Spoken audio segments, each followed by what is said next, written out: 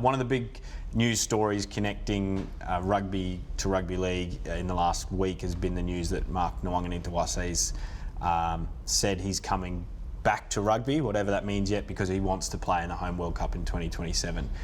It immediately got headlines, it immediately got traction and engagement for rugby union. Are you trying to secure Mark's services so that he's not only coming back to the game but playing the game in Australia in the lead up to that Home World Cup in 27?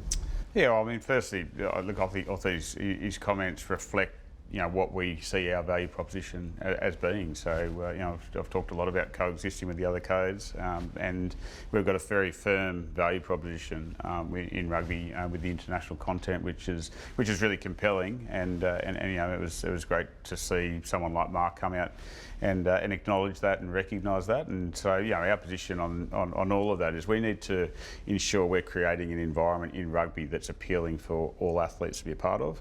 And I think that if you look at the path forward and, having, seen the impact of the 25 Lions series and the power in 2 years' time of whatever a Home Rugby World Cup will have in this country, and having played in 2003 and understanding it as a player, like, it is powerful. And so, having players like Mark show interest in coming back to Australia is great to hear. And now we go through the process of ensuring that comes to life. Is Super Rugby Pacific enticing enough for him to come back to that in order to then play for the Wallabies and play at the Home World Cup, or are you consigned to letting him go overseas to a competition where he might get some more money and try and work on him becoming a Wallaby through that avenue?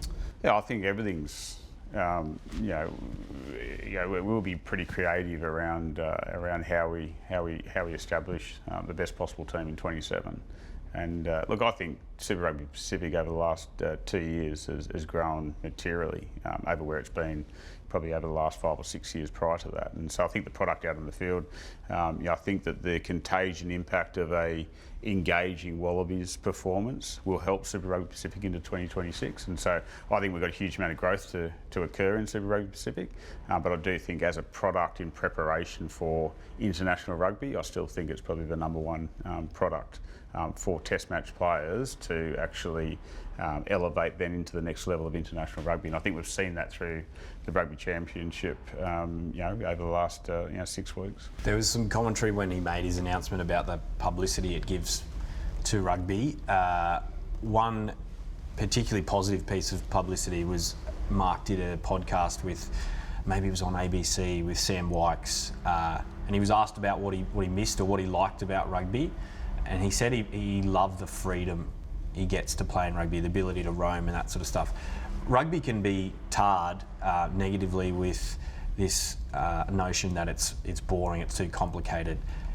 As the leader of the governing body in Australia, how pleasing was it to hear Mark talk about the freedom and the excitability of playing in rugby union? Yeah, and I guess that is one of the value propositions. It's it's a game for all shapes and sizes, and it has been since the start of the game at rugby school back in the 1800s, and so I think that in terms of the actual value proposition for those that participate, it's hugely attractive. And when you look at the athletes such as Mark and his ability to chime in different areas of the game, having that freedom was interesting to see his reflections, having now spent some time in a different code. Do you see it? We've spoken recently about how the G'day law, or whatever it's called, the overseas player policy is not really a factor anymore, and players can be picked from overseas. And obviously the shape of that is yet to be kind of seen.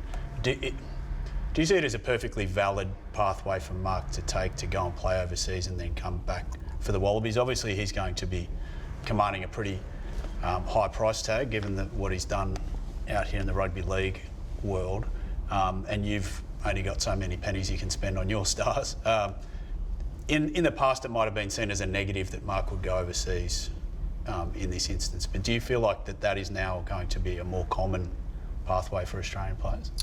Look, our preference is always going to be to have the Australian players playing in front of the Australian people in Australia, and so that's certainly our intent, and we've seen the power of cohesion when players are playing more frequently together, and then how that then transfers into the international game. So that's certainly our preference. That being said, we're also conscious, to my probably earlier point around creating a financially sustainable model through 26 to 2030, is we can only live within the means that we have to ensure that the game's set up in perpetuity. So it's a really, I guess, long way of saying, like, we'll be very creative, but we'll also be very disciplined financially around how we invest in our players. Sorry, just one more on you don't have to apologise to me for asking questions. I'm interrupting you.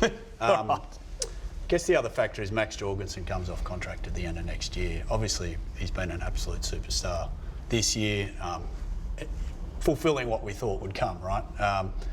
Is there a world where you try and lock away Max Jorgensen earlier than the end of next year? It's not something that rugby does very often, is, extend people before their contract comes up. But is he that good that you would look to do that? And just adding to that, that's all right. If I can, would there be a fear that there might be retribution from the Roosters in the NRL, that they've lost Mark, maybe they could get Max?